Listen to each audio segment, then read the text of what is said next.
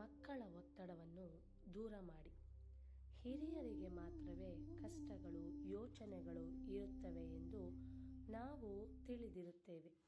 ಆದರೆ ಮಕ್ಕಳಿಗೂ ಕೂಡ ಹಿರಿಯರಂತೆಯೇ ಯೋಚನೆಗಳಿರುತ್ತವೆ ಎನ್ನುತ್ತಾರೆ ನಿಪುಣರು.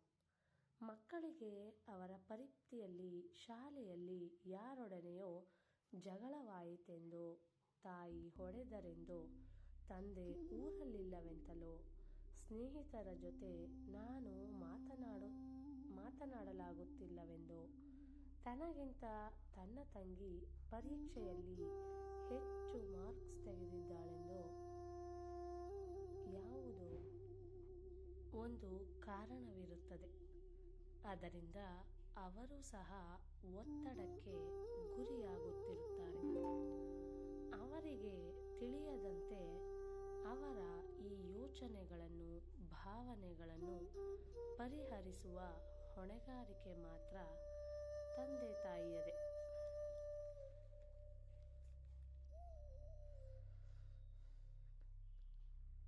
ಮಕ್ಕಳಲ್ಲಿ ಈ ರೀತಿಯ ಒತ್ತಡವನ್ನು ಗಮನಿಸಿದಾಗ ಅವರನ್ನು ಮನೆಯ 4 ಕೋಣೆಗಳಲ್ಲೇ ಇರುವಂತೆ ಮಾಡಬೇಡಿ.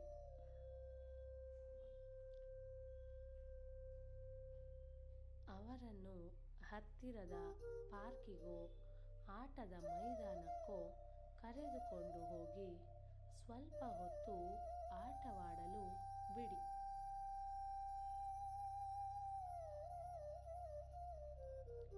ಅವರಿಗಿಷ್ಟವಾದ ಆಟವನ್ನಾಡಲು ಬಿಡಿ. ಸೋಪ್ ನೀರಿನ ಗುಳ್ಳೆಗಳನ್ನು ಊದಲು ಕೊಡಿ. ಅವರಿಗಿಷ್ಟವಾದ ತಿಂಡಿ ತಿನಿಸುಗಳನ್ನು ಕೊಡಿಸಿ. ಅವರಿಗಿಷ್ಟವಾದ ಸ್ನೇಹಿತರ ಜೊತೆ ಮಾತನಾಡಲು, ಆಟವಾಡಲು ಬಿಡಿ. ಕ್ರಮೇಣ ಅವರು ಅದರಿಂದ ಹೊರಗೆ ಬರುತ್ತಾರೆ.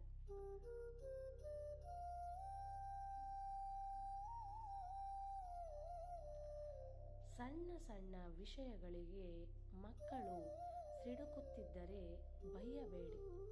ಸ್ನಾನ ಮಾಡಿಸುವಾಗ ಸ್ವಲ್ಪ ಎಳ್ಳೆಣ್ಣೆ ಬೆಚ್ಚಗೆ ಮಾಡಿ ಮೈಯೆಲ್ಲ ಮಸಾಜ್ ಮಾಡಿ, ಮೃದುವಾಗಿ ಮಸಾಜ್ ಮಾಡಿ ಸ್ನಾನವನ್ನು ಮಾಡಿಸಿ.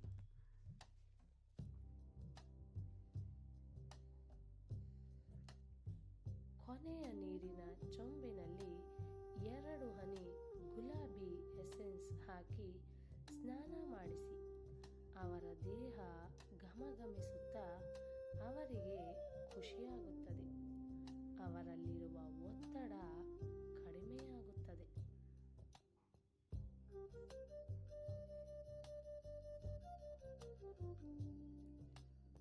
ನಮ್ಮ ಕಷ್ಟದಲ್ಲಿ ನಮ್ಮ ಆತ್ಮೀಯರು ಯಾರಾದರೂ ಸಮಾಧಾನ ಹೇಳಿದರೆ ನಮ್ಮ ಕಷ್ಟವೆಲ್ಲ ಕರಗಿ ಹೋಗುತ್ತದೆ.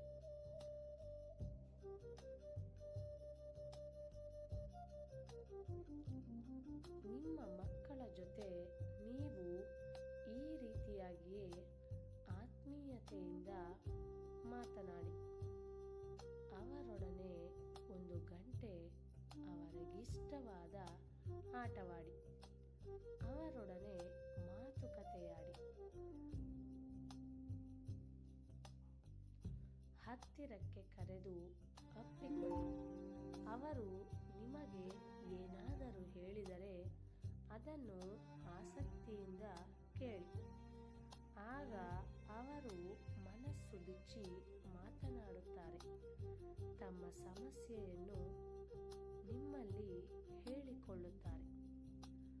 ಆಗ ಅವರ ಸಮಸ್ಯೆಯನ್ನು ಅರಿತುಕೊಂಡು ಪರಿಹಾರವನ್ನು ಹೇಳಿ.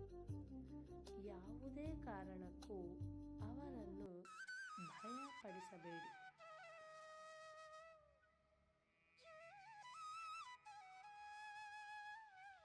ಅದರಿಂದ ಅವರಲ್ಲಿ ಅಭದ್ರತೆ ದೂರವಾಗುತ್ತದೆ. ಸದಾ ಸಂತಸದಿಂದ, ಉಲ್ಲಾಸದಿಂದ ಇರುತ್ತಾರೆ.